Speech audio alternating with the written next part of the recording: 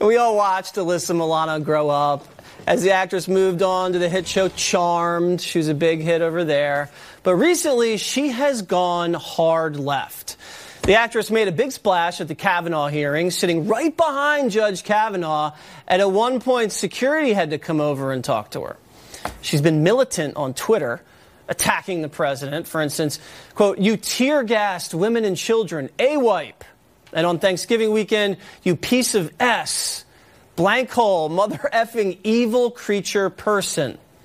And this week, she drew fire after she compared the Covington kids to the Klan. Ready?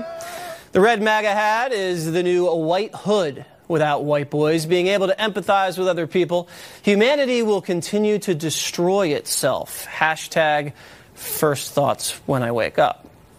Here to respond, Communications Director for Turning Point USA, Candace Owens. Well, Candace, you're a little younger than I am. I hate to admit it, but I have to. I loved Samantha on Who's the Boss. I think I might have even had a crush on her. It was so long ago, I don't even remember. But just her trajectory over the last, 3 to 4 to 5 years, she has just gone so hardcore left, almost unrecognizable to the dear Samantha she used to play on television. What happened to Alyssa Milano?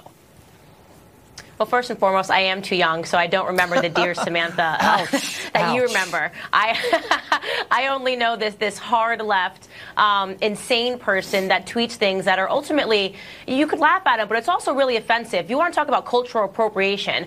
Imagine being a white woman who's had no experience with the KKK and no history of it in her family. My grandfather is still breathing, so when somebody wants to talk about the KKK, those stories growing up in my household are very real. They used to shoot bullets inside of his home. You know, I'm a Black American. For her, it's nothing. It's just a means for her to shout into the Twitter echo chamber and to get feedback and try to get power, which is really what the left is all about now. They use minority experiences to garner power and attention for themselves. And I called her out for that this week on Twitter, and she blocked me. She blocked Go figure. you. Yeah, so, okay. Instantly. What did you say to her? So when you called her out, what did you say to her? Because what is she emotional? Is she not used to criticism? Well, what I said is I was being funny, and I said that the hat is the new KKK hood, and then I said, pause, just kidding.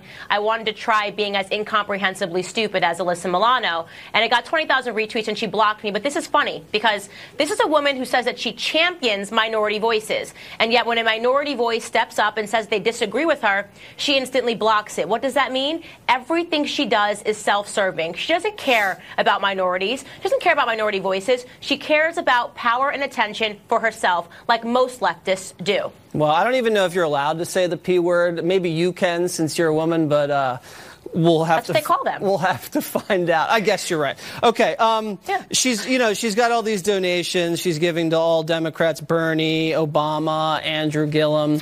I mean, who knows? It looks like she's going to have to be deleting a lot more tweets soon, because after that guy gets a hold of her that we just heard, suing everybody over the Covington story, she better be careful unless she wants to face a lawsuit. Another person you tangle with all the time on